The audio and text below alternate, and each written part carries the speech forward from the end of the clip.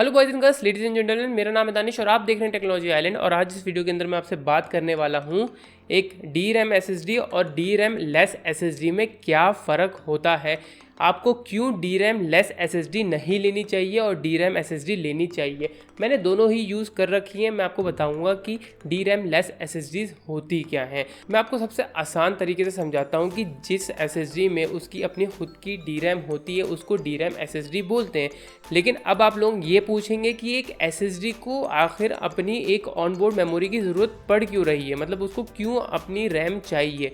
ऐसा क्यों? क्योंकि रैम तो हमारे कंप्यूटर में है, तो एक स्टोरेज डिवाइस को रैम की ज़रूरत क्या है। हमारी जो हार्ड डिस्क है उसमें तो कोई रैम की ज़रूरत नहीं पड़ती थी अलग से, तो जो एस है उसके अंदर हमें डी रैम क्यों चाहिए। तो मैं आपको आसान भाषा में समझाता हूँ। ये जो एस होती है ना, ये अपना डेटा हर वक्त मूव करती रहती है, मतलब काफ़ी ज़्यादा मूव करती है और हर चीज़ एक जगह पे रखी होती है। तो फॉर एग्जाम्पल आप समझिए कि आपने अपने पीसी से कोई कमांड दी, मतलब कोई भी चीज़ ओपन करी, कोई भी एप्लीकेशन ओपन करी, तो वो फाइल कहाँ पर है उसको ढूंढना और उसको खोलना, तो ये जो टाइम लगता है ना, तो यहाँ पर डी रैम फ़ायदा करती है। वो कैसे, मैं आपको समझाता हूँ। तो आप मान के चलिए कि जो आपका पूरा डेटा स्टोर हुआ हुआ है ना, उसकी जो डायरेक्टरी होती है, मतलब मान के चलिए आपने अपनी एक बुक बना रखी है कि मैंने अपनी एक चीज़ यहाँ पे रखी है, एक चीज़ वहाँ रखी है, एक चीज़ वहाँ रखी है। यही काम करती है आपकी डी रैम चिप। वो आपका जो पूरी डायरेक्टरी होती है उसको संभाल के रखती है कि वो डेटा यहाँ पर है, वो डेटा यहाँ पर है, वो डेटा यहाँ पर है। तो वो सारी चीज़ें याद रखती है, वो आपकी डायरेक्टरी है, ठीक है, एक तरीके से। लेकिन अगर वो डी रैम चिप नहीं होगी तो क्या होगा, तो जो आपकी डायरेक्टरी है वो आपके नेट फ्लैश मेमोरी में सेव होंगी, जिसपे आपकी जो नॉर्मल एस होती है वो वर्क करती हैं, तो वो अलग से डी रैम पे नहीं होगी। और डी रैम काफ़ी ज़्यादा फास्ट होती है आपकी नेट फ्लैश मेमोरी से, तो ऑफकोर्स जो डी रैम है वो ज़्यादा तेज़ी से काम करेगी। अगर आपको कोई फाइल चाहिए होगी तो वो फ़ौरन बता देगी कि भाई यहाँ रखिए, इसको खोल दो। लेकिन वहीं नेट फ्लैश मेमोरी इतनी तेज़ नहीं होती है, उसको थोड़ा सा टाइम लगेगा ढूंढने में कि कहाँ पर होती है। तो यहाँ पर आपको डी रैम एस में ज़्यादा अच्छी परफॉर्मेंस मिलती है।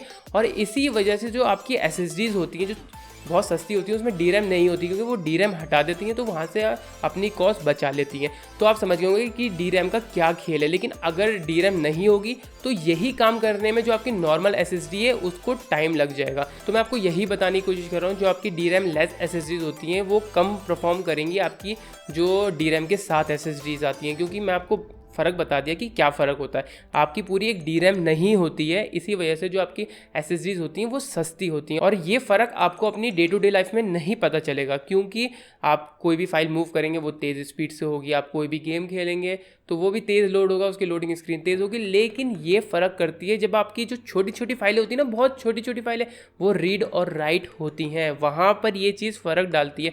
फॉर एग्जाम्पल आप कोई भारी वीडियो एडिटिंग कर रहे हैं या फोटो एडिटिंग कर रहे हैं, जहाँ पर छोटी छोटी फाइल चलती हैं। फॉर एग्जांपल आपने कभी फोटोशॉप खोला होगा, ठीक है, या लाइट रूम या कोई भी सोनी वेगास खोला होगा, तो आपने देखा होगा कि वो काफ़ी सारी फाइलें छोटी छोटी रीड करता है, तो उसको पढ़ने में थोड़ा सा टाइम लगता है। तो वहाँ पर ये डी रैम काम करती है, क्योंकि मेन जो फ़र्क देखने को मिलता है ना डी रैम लेस और डी रैम वाली मेमोरी में, वहाँ पर मिलता है। तो आप ये चीज़ तो समझ गए होंगे पूरी की पूरी। और एक और चीज़ बता दूं मैं आपको, जो डी रैम लेस एसेसरीज होती हैं जो सस्ती आती हैं, 2500-2700 रुपये की जो आ रही हैं, 240 GB के वेरिएंट जो आ रहे हैं, उन पे आपको वारंटी कम देखने को मिलेगी। और वहीं जो डी रैम वाली एसेसरीज होती हैं उनमें आपको वारंटी ज़्यादा देखने को मिलती है।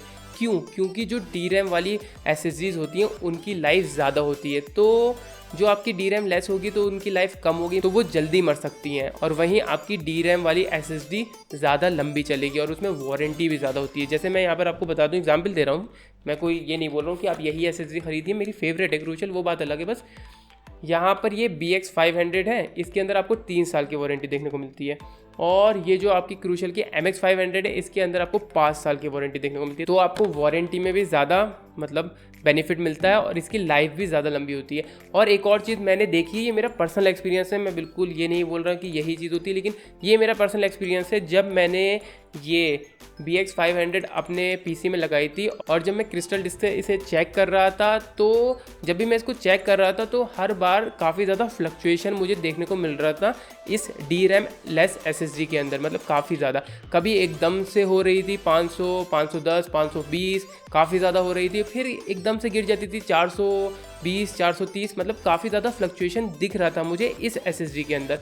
लेकिन वहीं बात करूँ, ये जो क्रूशल की MX500 है जिसके अंदर डी रैम आती है, तो वहीं यहाँ पर मुझे कोई फ्लक्चुएशन देखने को नहीं मिला। तो ये फ़र्क मुझे मतलब पर्सनल यूज़ में लगा। तो दोस्तों आप समझ गए होंगे कि आपको कौन सी रैम चाहिए। अगर आपका काम नॉर्मल है, आप ऑफिस कवर करते हैं, आपने थोड़े गेम खेल लिए, थोड़ा MS ऑफिस खोल लिया, तो आपके लिए शायद DRAM वाली SSD नहीं है। लेकिन जो लोग फोटो एडिटिंग, वीडियो एडिटिंग, ऐसे कोई सॉफ्टवेयर यूज़ करते हैं जिसमें छोटी छोटी फाइलें लोड्स होती हैं, तो हाँ, आपके लिए DRAM वाली SSD है। आपको थोड़ी सी शायद परेशानी हो सकती है DRAM लेस SSDs के अंदर।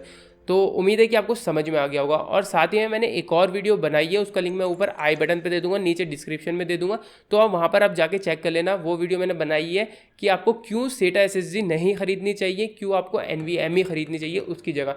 तो उसके बारे में मैंने पूरी बात करी है, तो उसका लिंक आपको नीचे डिस्क्रिप्शन और ऊपर आई बटन पर देखने को मिल जाएगा, तो वहाँ पर आप जाके देख सकते हैं। तो दोस्तों फिलहाल के लिए इस वीडियो में इतना ही। उम्मीद है आपको ये वीडियो पसंद आई होगी। पसंद आई तो लाइक कीजिए, शेयर कीजिए। कोई भी सवाल हो तो नीचे कमेंट बॉक्स में तो पूछ सकते हैं। और आपने हमारे चैनल को अब तक सब्सक्राइब नहीं किया तो जल्दी से कीजिए, क्योंकि मैं आपके लिए ऐसे मददगार वीडियोस लाता रहता हूँ। मैं मिलता हूँ आपको अगली वीडियो में, तब तक के लिए स्प्रेड पीस लव हैप्पीनेस।